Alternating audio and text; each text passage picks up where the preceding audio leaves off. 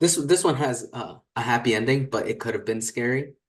We got a call, or our boss actually got a call about a flooded data center.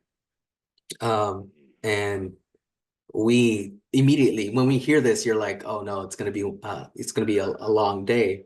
But luckily, the customer was just reaching out and letting us know, hey, we had a flooded data center, um, and we just wanted to let you know, our responses on whatever projects we're working on might be a little slower. We're dealing with this. They had just moved to Vault in the cloud with us, right? So their data was no longer in that data center. It was up in the cloud, which, contrary to popular belief, there is no rain in that cloud. So you're safe from it, right?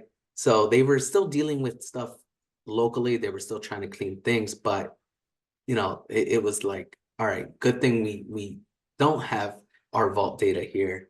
It's safe in the Azure cloud. But yeah, it's some customers are not that lucky. You going back to that ransomware example, same thing could have happened, right?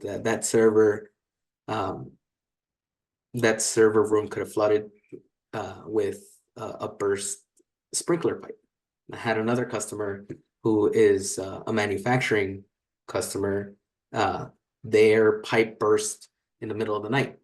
And in this case, it wasn't data loss, it was actual manufacturing equipment loss. Nothing much we could do there for it. But in the case of your data, if it's being offloaded again, either through to the cloud, through Veeam, an offsite hard drive, these are all things that can help you recover faster. You can't really prevent them from happening. These are things that nobody really does on purpose. They're out of our control, but being prepared to deal with them is something that you can do. Yeah, Vault in the Cloud is a really good service that we offer. Where we host your server for you. So not only we're talking about a flooded data center here, but you think about old servers as well. When your servers start to get old, you have to replace them. That's an expensive cost.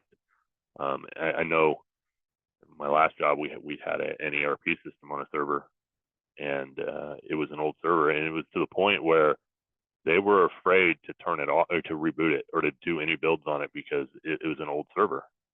And I've talked with several customers who like, we have an old server, we need to manage, migrate it over. We have a customer now that we're working with who was in the process of, hey, we need a new server, and we talked with them and they compared the expenses, and we're moving them to the cloud now. So when you have physical hardware, you got to worry about both the hardware and the things that can happen to them, like water, flooding. Never a fun time. No.